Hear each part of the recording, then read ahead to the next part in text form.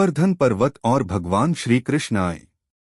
गोवर्धन पर्वत को उठाने की कथा भगवान श्री कृष्ण की प्रमुख लीलाओं में से एक है, जो हमें यह सिखाती है कि अहंकार और अन्याय का अंत हमेशा धर्म के मार्ग पर चलकर किया जा सकता है। यह कथा श्रीमद्भागवत पुराण में वर्णित है और श्री कृष्ण के बाल्यकाल से जुड़ी हुई है। आइए विस्तार से इस कथा को समझते हैं। कथा की पृष्ठभूमि। गोकुल और वृंदावन के लोग प्रतिवर्ष इंद्र देवता की पूजा करते थे। उनकी मान्यता थी कि इंद्र देवता की कृपा से ही उन्हें वर्षा प्राप्त होती है, जिससे उनकी फसलें उगती हैं और गोधन की रक्षा होती है। इसी कारण गांववासी इंद्र देवता की पूजा के लिए बड़े पैमाने पर यज्ञ और उत्सव का आयोजन करते थे। जब श्री कृष्ण ने यह देखा तो उन्होंने नंद बाबा और गांव के अन्य लोगों से पूछा कि वे इंद्र की पूजा क्यों करते हैं। श्री कृष्ण ने समझाया कि वर्षा का कारण केवल इंद्र देवता नहीं है, बल्कि गोवर्धन पर्वत है, जो बादलों को आकर्षित करता है और जल को रोकता है। गोवर्धन पर्वत ही उनके गोधन और फसलों की सुरक्षा करता है। इसलिए इंद्र देवता की बजाय गोवर्धन पर्वत की पूजा की जानी चाहिए। गोवर्धन पूजा। श्री कृष्ण की सलाह मानकर गांववासियों ने इंद्र की पूजा बंद कर दी और गोवर्धन पर्वत की पूजा करने लगे। उन्होंने पर्वत के पास जाकर पर्वत के सम्मान में अन्न, फल और मिष्ठान्न का भोग चढ़ाया। इस प्रकार पहली बार गोवर्धन पूजा का आयोजन हुआ। जब इंद्र देवता को यह पता चला कि गोकुलवासियों ने उनकी पूजा बंद कर दी है और एक पर्वत की पूजा कर रहे हैं, तो उनका अहंकार भड़क उठा। इंद्र ने क्रोधित होकर गोकुलवासियों को दंड देने का निश्चय किया।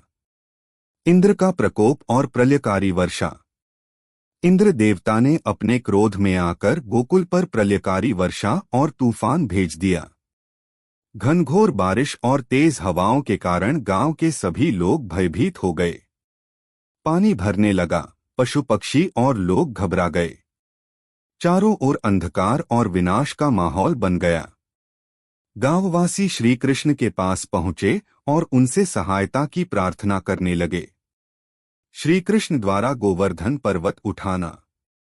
श्री कृष्ण ने गांववासियों को सांत्वना दी और उन्हें बताया कि वे किसी भी प्रकार से चिंता न करें।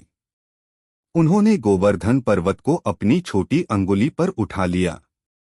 सभी गोकुलवासी, पशु और अन्य जीव जंतु उस पर्वत के नीचे आकर सुरक्षित हो गए।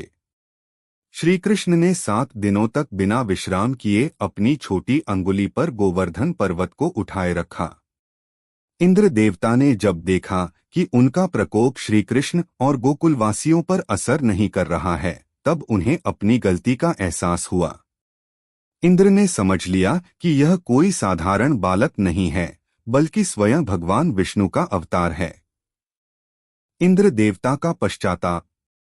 इंद्र देवता ने अपनी गलती मानकर श्री कृष्ण से क्षमा याचना की और उनकी स्तुति की। उन्होंने श्री कृष्ण को गोविंद नाम से संबोधित किया, जिसका अर्थ है गायों के स्वामी।